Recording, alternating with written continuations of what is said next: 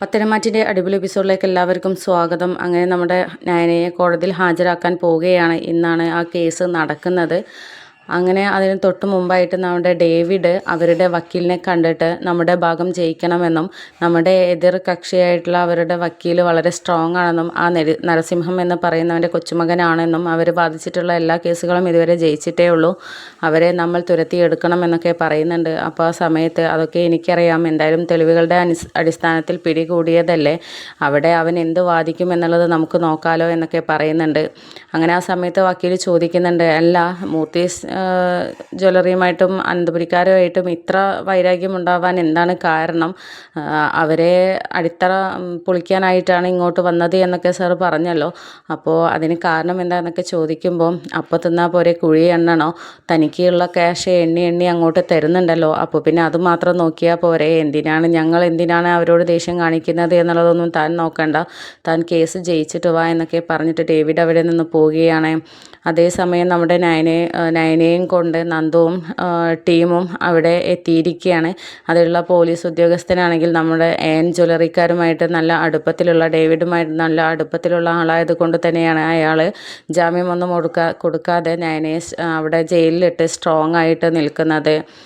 അങ്ങനെ കോടതിയിൽ ഹാജരാക്കാൻ വേണ്ടിയിട്ട് പോവുകയാണ്.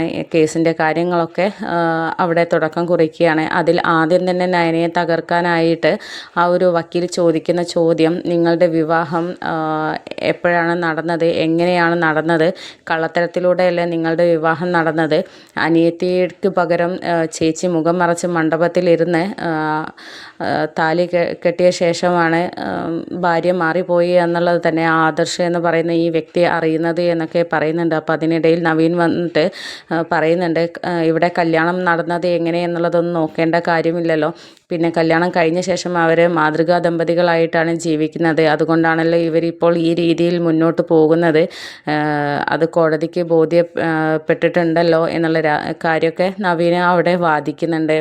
അങ്ങനെ പിന്നീട് ചോദിക്കുന്നത്, പിന്നീട് അവിടെ നമ്മുടെ എതിർഭാഗം വക്കീൽ കൊണ്ടുവരുന്ന ഒരു കാര്യമെന്ന് പറഞ്ഞാൽ, അമ്മായിയമ്മ മരുമകളായിട്ട് അംഗീകരിച്ചിട്ടില്ലായിരുന്നു, അനന്തപുരിയിൽ ഈ നയന വന്നതിന് ശേഷം പൊട്ടിത്തെറികൾ മാത്രമാണ് ഉണ്ടായിരുന്നത് എന്നും, പിന്നെ അമ്മായിയമ്മയ്ക്ക് കരൾ ദാനമായി നൽകിയതിൻ്റെ ഔദാര്യമാണ് ഇപ്പോൾ അമ്മായിയമ്മ മരുമകളോട് കാണിക്കുന്ന ആ സ്നേഹവും ഒക്കെ, അല്ലാതെ ഇവരോട് ആത്മാർത്ഥമായിട്ടൊരു സ്നേഹവും ഇല്ലായിരുന്നു എന്നൊക്കെ പറയുന്നുണ്ട്. അപ്പോൾ ആ സമയത്ത് നവീൻ അവിടെ വാദിക്കുന്നുണ്ട്, കരൾ കൊടുക്കുന്നത് എന്നുള്ളത് നമ്മളൊരു ദാനമായിട്ടും വലിയ ഒരു പ്രത്യുപകാരമായിട്ടും കാണേണ്ട ഒരു കാര്യത്തെയാണ് ഇയാളിങ്ങനെ കേസുമായിട്ട് യോജിപ്പിച്ച് കൊണ്ട് വളച്ച് മനസാക്ഷി ഇല്ലാതെ ചെയ്യുന്ന ഒരു പ്രവൃത്തി പോലെയാക്കി തീർക്കുന്നത്.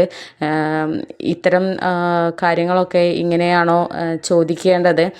കരൾ എന്ന് പറഞ്ഞത്, ദാനം നൽകുന്നത് എന്ന് പറഞ്ഞത് ഒരു വ്യക്തിയും അങ്ങനെ എടുത്തു ചാടി ചെയ്യുന്ന കാര്യമല്ലല്ലോ, അത് നൽകുന്നത്, അതും ഇങ്ങനെയുള്ള ഒരവസ്ഥയിൽ നൽകുന്നത് എന്നാൽ വലിയൊരു കാര്യം തന്നെയാണ്, അത് വലിയ മനസ്സുള്ളവർക്ക് തന്നെ നടക്കുകയുള്ളൂ എന്നൊക്കെ പറയുന്നുണ്ട്. അപ്പോൾ ഇക്കാര്യങ്ങളൊക്കെ കോടതിക്ക് ബോധ്യപ്പെടുകയാണ്. അങ്ങനെ നയനയെ അനന്തപുരിയിൽ നടക്കുന്ന കാര്യങ്ങൾ വെച്ചിട്ടൊക്കെ പറഞ്ഞിട്ട് കൊച്ചാക്കാനും അവിടെ നയന ഒരു പ്രശ്നക്കാരിയാണ് എന്നുള്ളത് വരുത്തി തീർക്കാനും നമ്മുടെ എതിർഭാഗം വക്കീൽ ശ്രമിച്ചുകൊണ്ടിരിക്കുകയാണ്. പക്ഷെ നമ്മുടെ നവീനാവട്ടെ അതിനൊക്കെ കൗണ്ടർ ചെയ്തുകൊണ്ട് ഓരോ പോയിന്റുകളായിട്ട് പറഞ്ഞുകൊണ്ടിരിക്കുന്നുണ്ട്. അപ്പോൾ എന്താണ് കേസ്, എങ്ങനെയാണ് ഇതിൽ നിന്നും രക്ഷപ്പെടാനുള്ളൊരു മാർഗമായിട്ടൊരു തെളിവ് അവർക്ക് കിട്ടുന്നത്, എന്താണ് ആ തെളിവുകൾ എന്നുള്ളത് അടുത്ത എപ്പിസോഡിലൂടെ നമുക്ക് കാണാം.